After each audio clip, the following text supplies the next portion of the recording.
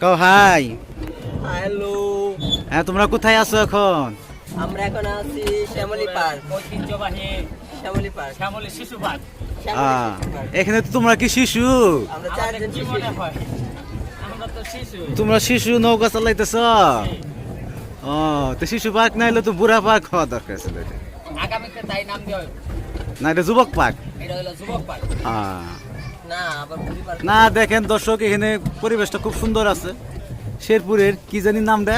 শ্যামলী শ্যামলী শিশু পার্ক। শ্যামলী শিশু পার্ক। এখানে শিশু চাইতে বড়রাই বেশি আসে। তা আপনারা যদি এরকম বড় শিশু হয়ে থাকেন তাহলে এখানে আসেন। এখানে যে বোট আছে, নৌকার মধ্যে চলাফেরা করা যায়।